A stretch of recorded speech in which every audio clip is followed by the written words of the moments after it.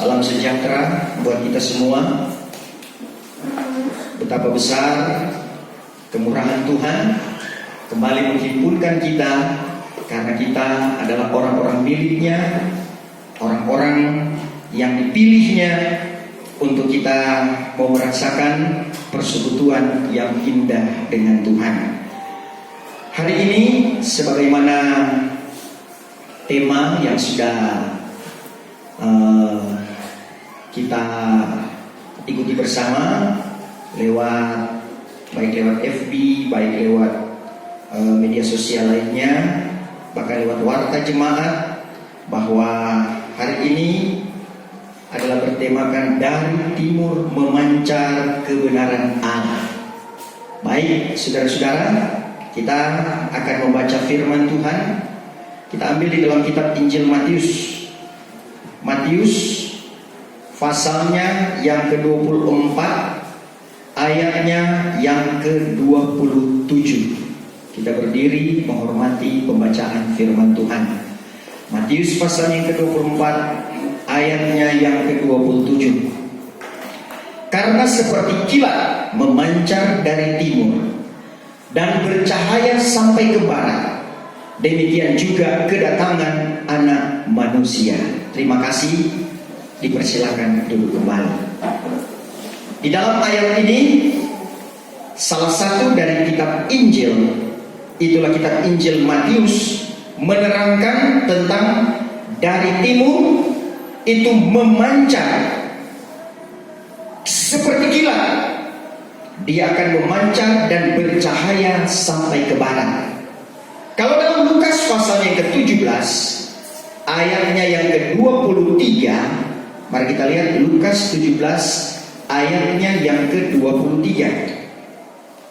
Lukas 17 ayat 23. Maka orang akan berkata kepadamu, tengoklah di situ, tengoklah di sini, jangan kamu pergi atau mengikut. 24. Ayat 24. Karena seperti kilat yang berkilat daripada suatu ujung langit kepada ujung yang lain. Karena seperti kilat akan berkilat dari satu ujung langit yang lain, demikian juga keadaan anak manusia pada harinya itu. demikian juga keadaan Anak Manusia pada harinya itu. Kalau kesaksian Injil Matius itu lebih jelas, dari timur dia akan memancar ke barat. Kalau dalam kitab Injil Lukas hanya dikatakan bahwa itulah seperti kilat, dia akan dinyatakan. Semua pasti mengenal apa itu kilat, apa itu petir, saudara. Di situ kecepatannya itu adalah kecepatan yang luar biasa. Kekuatannya adalah kekuatan yang luar biasa. Sebetulnya cahayanya pun adalah cahaya yang luar biasa. Walaupun terkadang oleh karena kecepatannya, maka orang tidak bisa mengikuti akan luar biasanya cahaya daripada petir, cahaya daripada kilat. Tetapi inilah yang dikatakan bahwa seperti kilat inilah bagaimana kedatangan Anak Manusia. Apa hubungannya antara memancarnya kilat ini dari timur dengan kedatangan Anak Manusia? Matius pasal yang ke-24, saudara-saudara, Markus 13, Lukas 21. Di sana menyatakan tentang tanda-tanda yang mendahului kedatangan Tuhan. Itu yang disebut dengan tanda-tanda akhir zaman. Tapi yang lebih kita akan fokuskan saat ini, bagaimana cahaya dari timur. Cahaya dari timur dia akan dinyatakan untuk ke barat, dan dia akan dinyatakan untuk menjadi bahagian kepada seluruh muka bumi. Dan itu adalah cahaya yang sangat penting, karena itu adalah cahaya yang dinyatakan sebagai cahaya kebenaran untuk menjadi bagian keselamatan kepada seisi dunia. Saudara, kalau kita berbicara tentang bagian sebelah timur, ada sekian banyak di dalam Alkitab menyatakan tentang sebelah timur. Kalau di dalam kitab Kejadian, bahkan dari permulaan Allah menciptakan akan langit dan bumi, maka manusia yang pertama itu sudah ditempatkan di sebelah timur Eden, saudara-saudara. Ada taman yang ada di sebelah timur, namanya Taman Eden.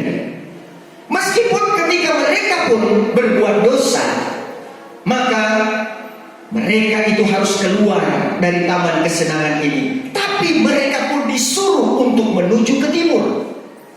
Saudara, timur ini adalah bagian yang luar biasa. Ada banyak hal-hal yang positif tentang sebelah timur.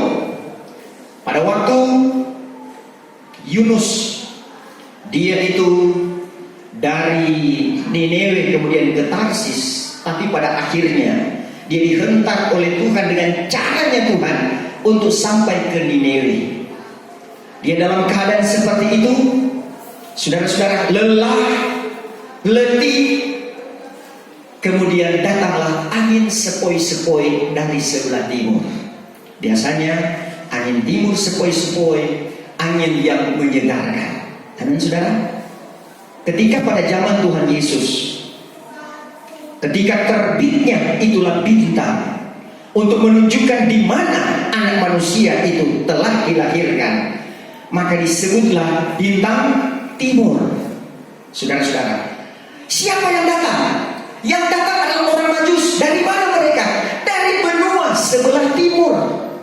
Saudara-saudara, betapa sebelah timur ini mempunyai arti yang sangat luar biasa di dalam Alkitab, yang menceritakan tentang satu kebenaran Allah, menceritakan tentang anugerah, kesempatan, kebenaran yang diberikan oleh Tuhan di dalam kehidupan manusia.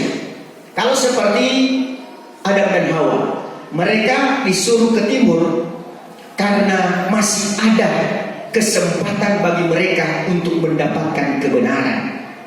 Sebelah timur itu adalah tempat munculnya matahari, bulan, dan bintang. Matahari, bulan, dan bintang, kalau diartikan di dalam Alkitab, itu berbicara tentang matahari itulah Allah Bapa, bulan itulah Allah Anak, dan bintang itulah Allah Roh Kudus. Itu diartikan seperti demikian.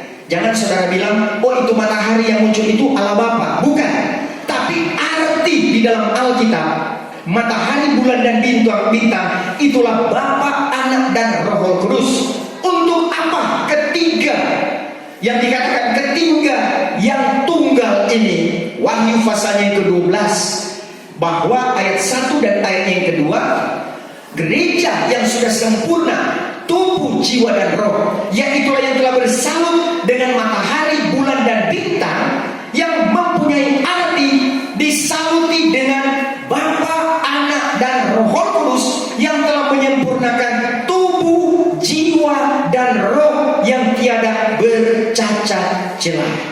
Saudara-saudara, berbicara tentang ayat ini yang juga menyatakan tentang timur. Ini yang dikatakan dari timur memancar kebenaran Allah. Sebenarnya ini menceritakan satu anugerah yang sangat besar. Ini membicarakan tentang satu berkat yang amat besar yang diberikan menjelang hari kesempurnaan gereja Tuhan. Di tengah-tengah bertumbuhnya itulah gandum-gandum yang ada di 4 penjuru alam. Semenjak kematian dan kebangkitan Tuhan Yesus Kristus, dalam perjanjian baru itu dinyatakan tentang kebenaran. Mulai dari gereja hujan awal, 12 murid gereja pertama yang dipimpin oleh Rasul Petrus, mereka sudah mendapatkan pewahyuan firman. Mereka telah mendapatkan apa yang disebut tentang kebenaran yang akan membawa mereka bertambah-tambah untuk jadi sempurna. Meskipun 2 Korintus 11 menyatakan mereka hanya sampai kepada bertunangan dengan Tuhan. 2 Korintus 11 ayatnya yang kedua. 2 Korintus 11 ayat 2. Karena aku cemburu kepada kamu dengan suatu cemburuan ilahi, sebab sudah aku tunangkan kamu dengan seorang laki-laki, hendak menghadapkan kamu seperti orang perawan yang suci kepada Kristus. Saudara-saudara, pengalaman daripada gereja pertama yang telah mendapatkan bintang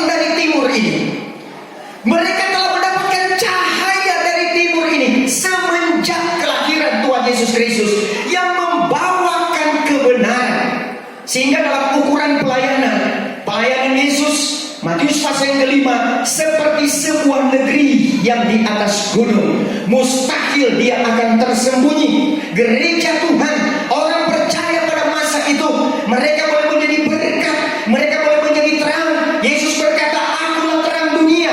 Tetapi kehidupan gereja Tuhan pun harus menjadi terang dunia. Meskipun dinyatakan tingkat pelayanan hanya sampai kepada sebuah negeri di atas gunung. Tetapi ketika menjelang, itulah gereja hujan awal dalam perkembangannya, maka meningkatlah bahwa gereja pertama sesudah Tuhan Yesus Kristus naik ke sorga, mereka mempraktekkan, murid-murid mempraktekkan apa yang telah Yesus ajarkan kepada mereka.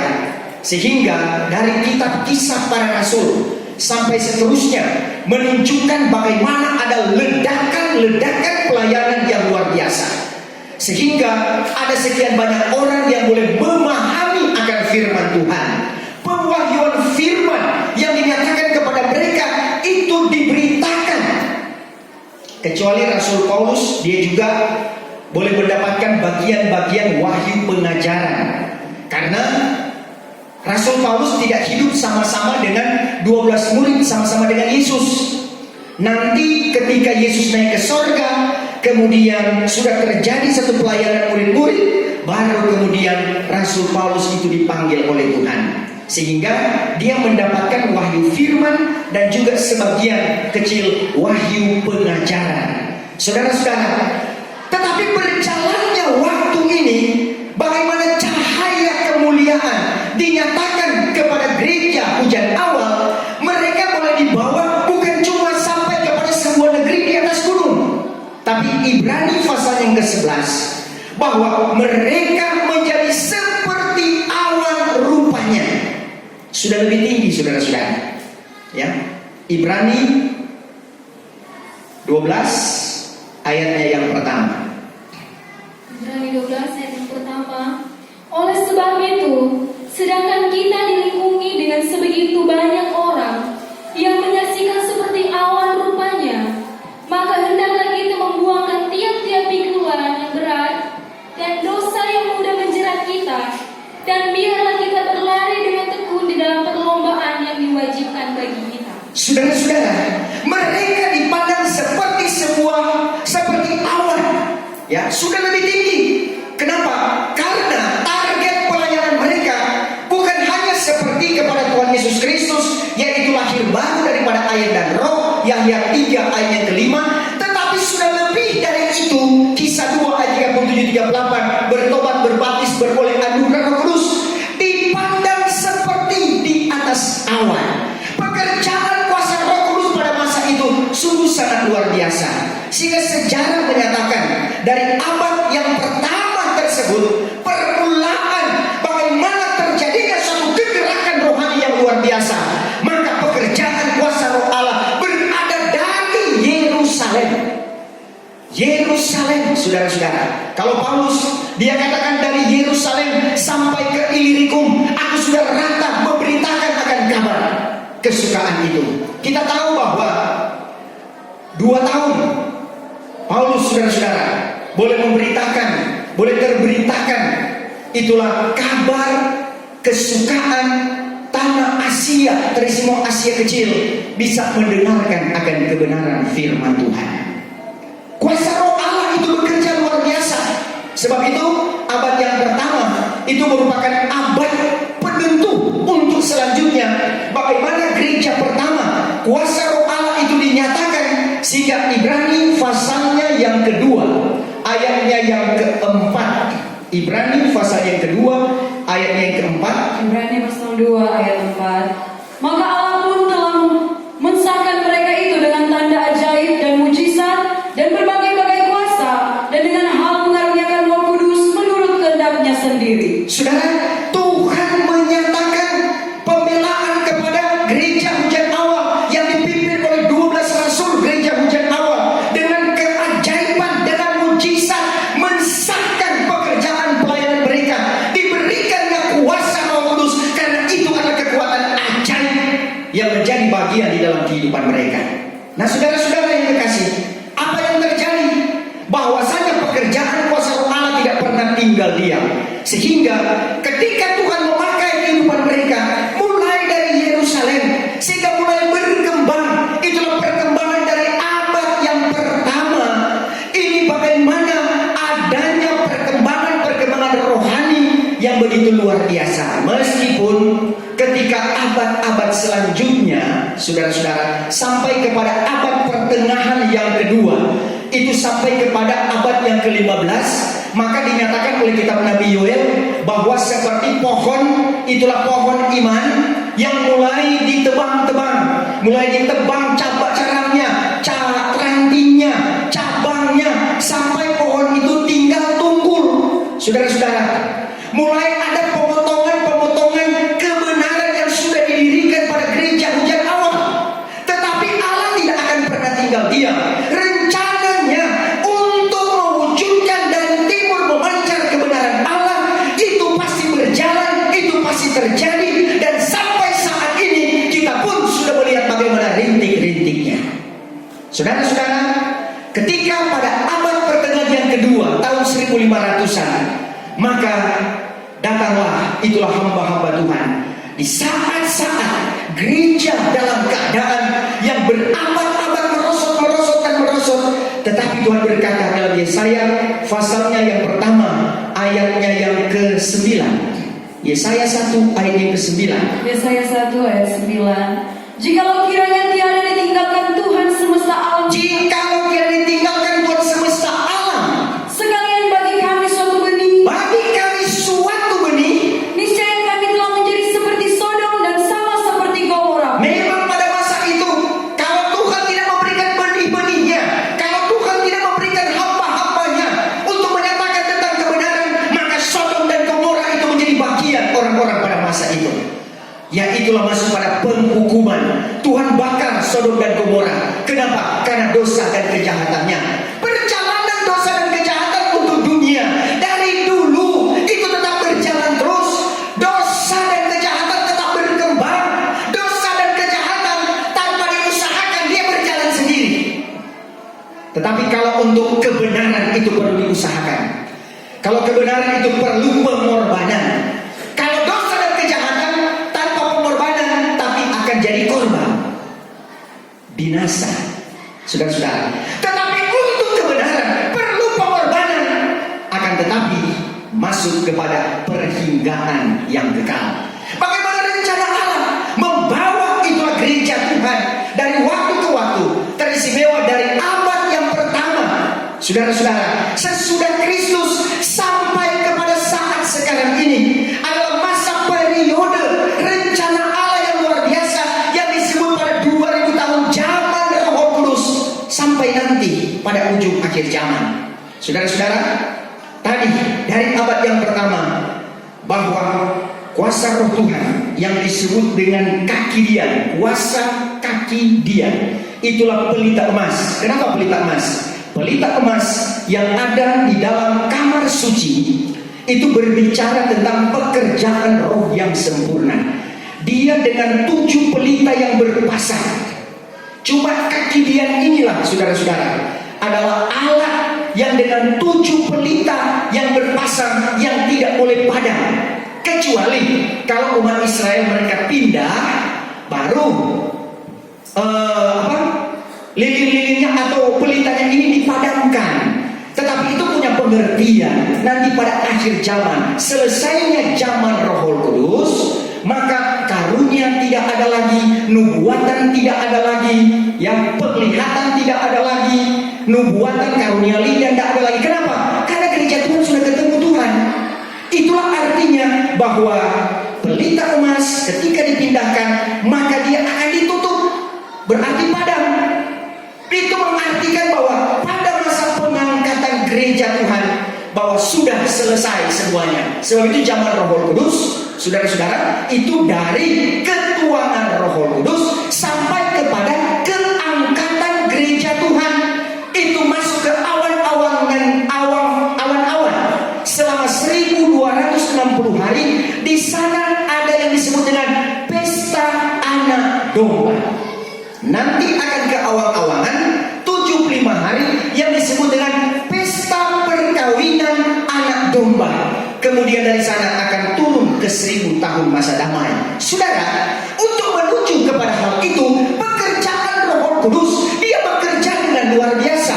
Sehingga ketika pada abad pertengahan, maka kaki dia itu berpindah dari Asia Kecil, dari Yerusalem, dia berpindah ke daerah Eropa.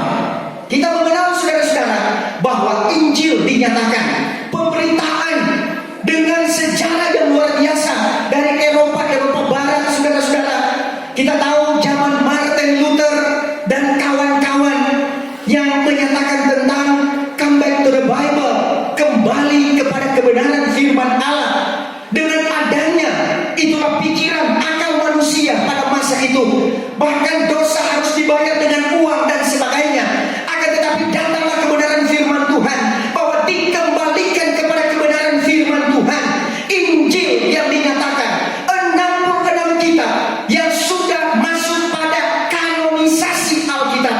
Di sini dari Kejadian sampai Wahyu tidak akan pernah kurang untuk menjadi kekuatan, menjadi kaca pembesar, menjadi jalan hidup kepada setiap orang yang mau diselamatkan. Perjuangan pada masa Martin Luther abad pertengahan, di sana ada pelita emas yang menyala berada di daerah Eropa, sehingga orang-orang Eropa banyak yang dipulihkan oleh Tuhan.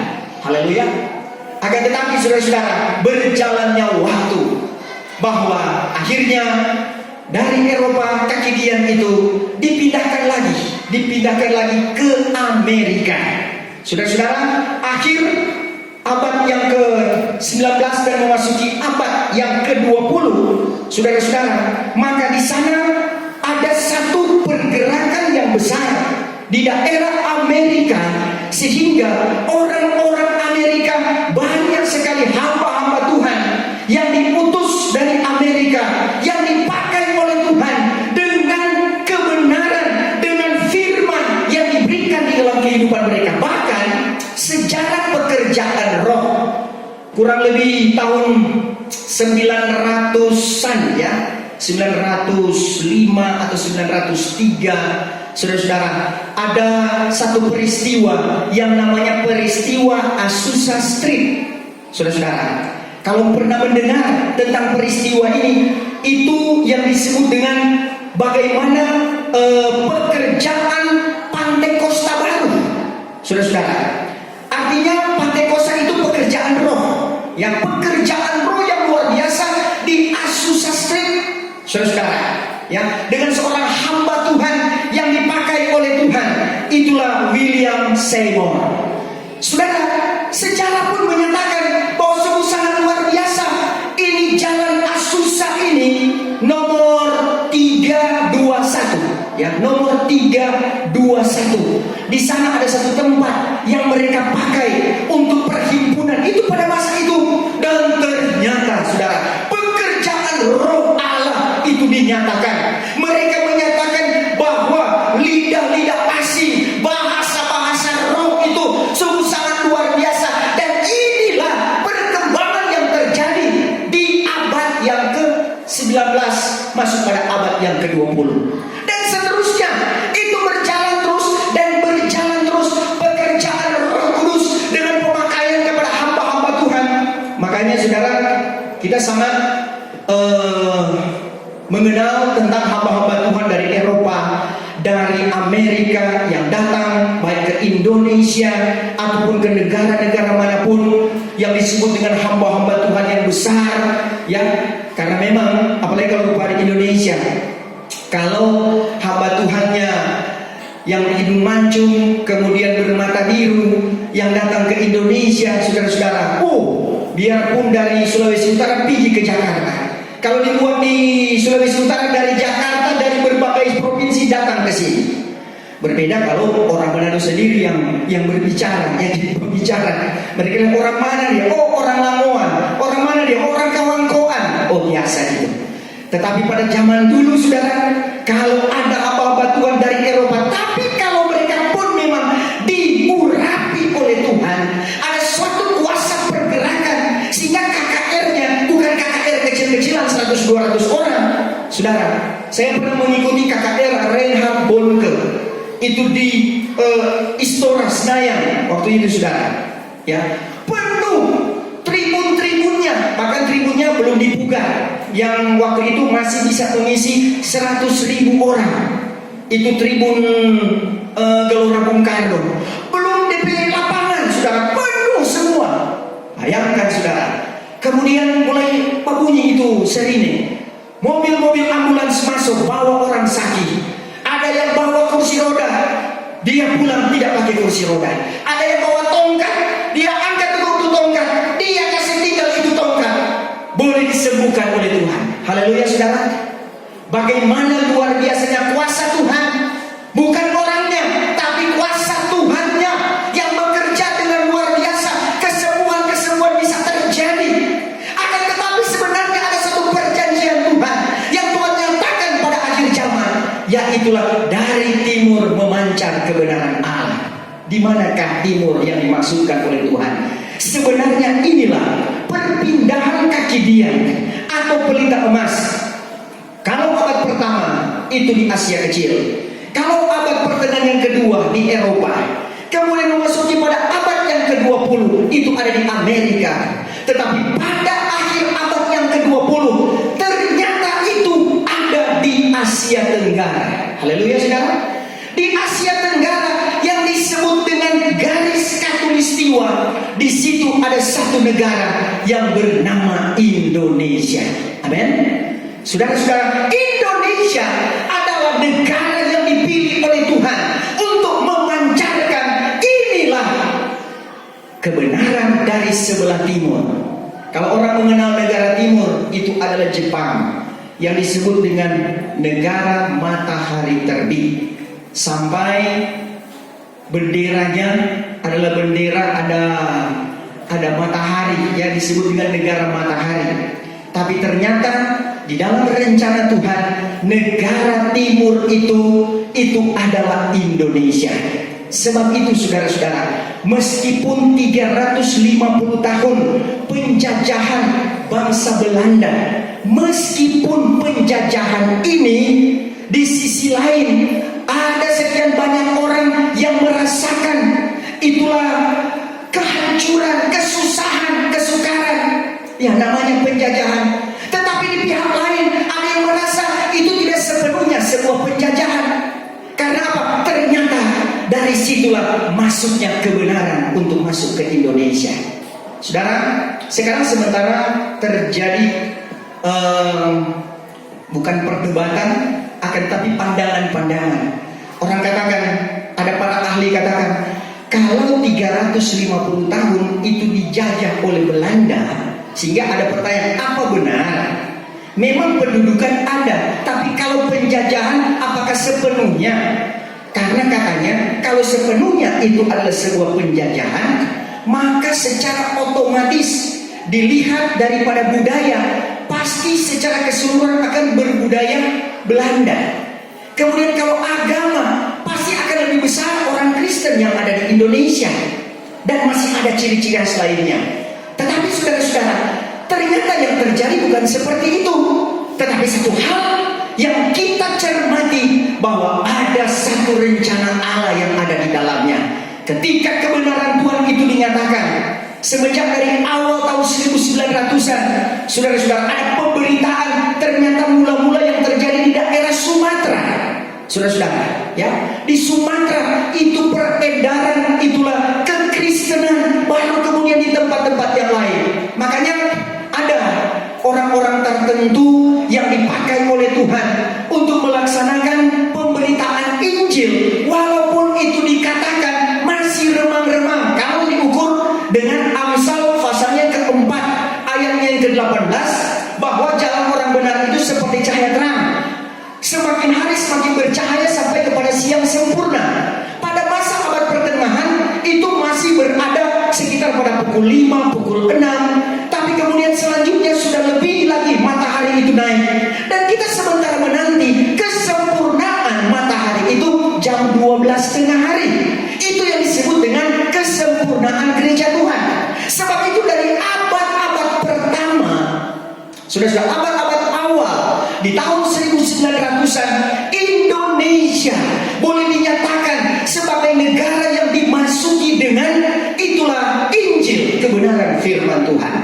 Ya, kalau di Ambon di sana ada yang masuk ke sana itu pada masa Inggris, ya, pada masa Inggris yang menduduki di sana, dan ternyata Injil boleh dinyatakan di sana. Kalau di daerah Tapanuli, daerah Tarutung, di situ kalau di Tarutung ada yang gunung yang ada di sebelahnya, di situ diabadikan katanya itu tapak kaki Nomansen, ya. Nomansen itu adalah hamba Tuhan yang membawa Injil ke sana, ya. Kalau di Sulawesi Utara ada yang namanya Riedel dan Schwarz. Makanya di Lamongan ada itu gereja yang namanya gereja Schwarz. Saudara, kemudian bertumbuh di tengah-tengah penjajahan, di tengah-tengah kesukaran, sama seperti umat Israel. Kalau umat Israel 430 tahun mereka ada di Mesir, masih orang lebih lama. Kalau orang 350 tahun, mereka 430 tahun di Mesir. Setelah Yusuf mati, maka muncullah Firaun yang tidak mengenal Yusuf, yang pada akhirnya mereka itu dikungkung, mereka dijajah. Ada dua kota perbekalan, Pitom dan Ramses, yang benar-benar membuat mereka itu terpojok, mereka tertindas, dibuat tidak semena-mena, dibuat semena-mena. Saudara-saudara, bangsa Indonesia merasakan tindihan, tetapi ada maksud Tuhan untuk dari timur memancar kebenaran Allah. Saudara senang ada di Indonesia, amin. Menjadi orang Indonesia di mana ada rencana Allah. Pasti yang ada di tahun-tahun 30-an, tahun 40-an, tahun perang pasti merasa tidak enak. Tapi puji Tuhan, kita sekarang berada di generasi emas. Haleluya.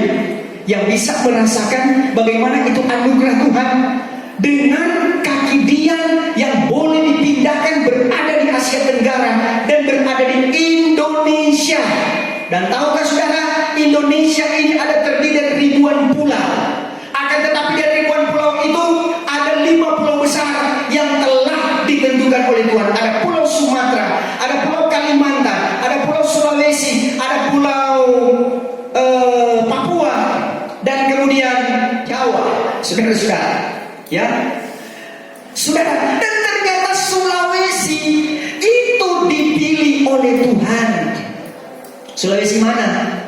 Puji Tuhan, kalau sekarang ini gereja yang terbanyak di Sulawesi Utara, gereja yang terbanyak di Indonesia sesuai dengan populasi, prosentase populasi manusia, yang paling banyak gereja di Indonesia adalah Sulawesi Utara.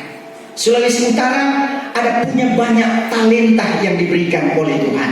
Saudara-saudara, Sulawesi Utara termasuk memproduk hamba-hamba Tuhan terbanyak. Amin. Saudara, saya pernah ke berbagai sekolah Alkitab, beberapa sekolah Alkitab. Paling banyak di situ saya temui orang Manado, orang Sulawesi Utara. Saudara-saudara, orang Sulawesi Utara sebenarnya kemurahan Tuhan itu sangat besar, sehingga panggilan Tuhan lewat Injil masuk dan berkembang sampai kemudian menjadikan kita dipersiapkan dari tahap awal sampai kepada tahap kesempurnaan. Itu harus menjadi perhatian Bapak Ibu saya dan saudara. Indonesia yang dipilih oleh Tuhan sehingga 1945 boleh dimerdekakan dengan kemerdekaan, bukan pemberian negara lain, bukan pemberian manusia, tapi kemerdekaan ini adalah pemberian Tuhan. Sesuatu hal yang mana mungkin untuk memerdeka kalau hanya dengan senjata bambu runcing, sedangkan bangsa penjajah sudah dengan panser, sudah dengan tank, sudah dengan senjata mesin, sudah dengan senjata-senjata yang begitu canggih. Oh saudara-saudara, sebenarnya apalah artinya? Akan tetapi Tuhan kalau Dia merencanakan sesuatu, Amsal pasalnya Ayub 42 ayatnya yang kedua. Ayub 42 ayat 2. Ayub 42 ayat 2. Ku ketahuilah bahwa engkau juga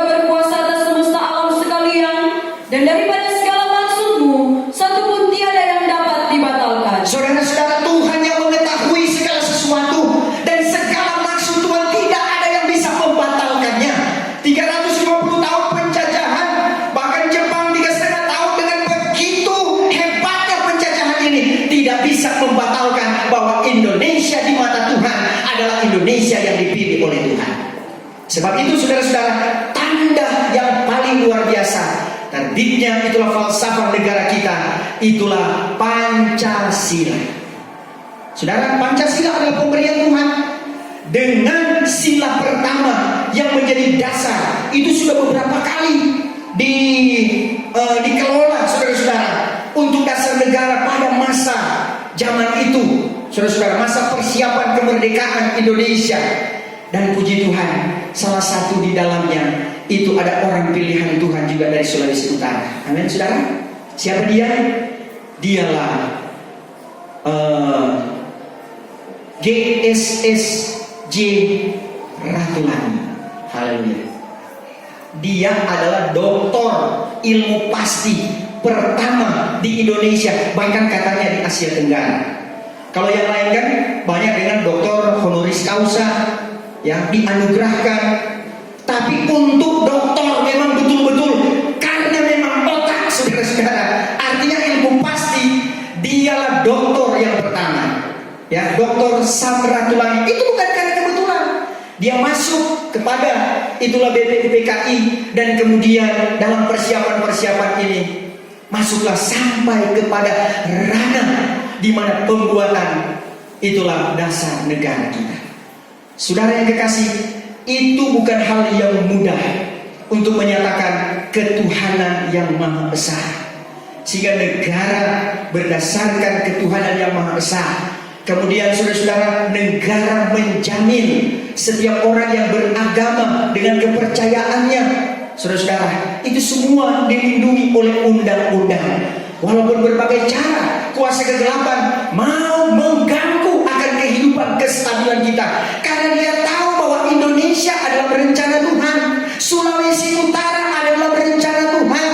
Sekian banyak orang ingin supaya Sulawesi Utara itu kacau, saudara-saudara. Terorisme dan sebagainya, bom yang mau diledakkan, data diledak. Karena apa? Tuhan melindungi kita sebagai Sulawesi Utara, di mana rencana Tuhan terjadi di dalamnya. Jangan kita tinggal diam, saudara-saudara. Ketika kaki dia ini, dia menyala, dia berada di atas negeri kita. Mari kita ambil kesempatan itu. Ambil kesempatan itu, saudara-saudara. Karena dengan kesempatan itulah maka saya dan saudara boleh berada di dalam rencana Tuhan. Kita boleh terpilih, kan juga bukan semua orang yang akan dipilih.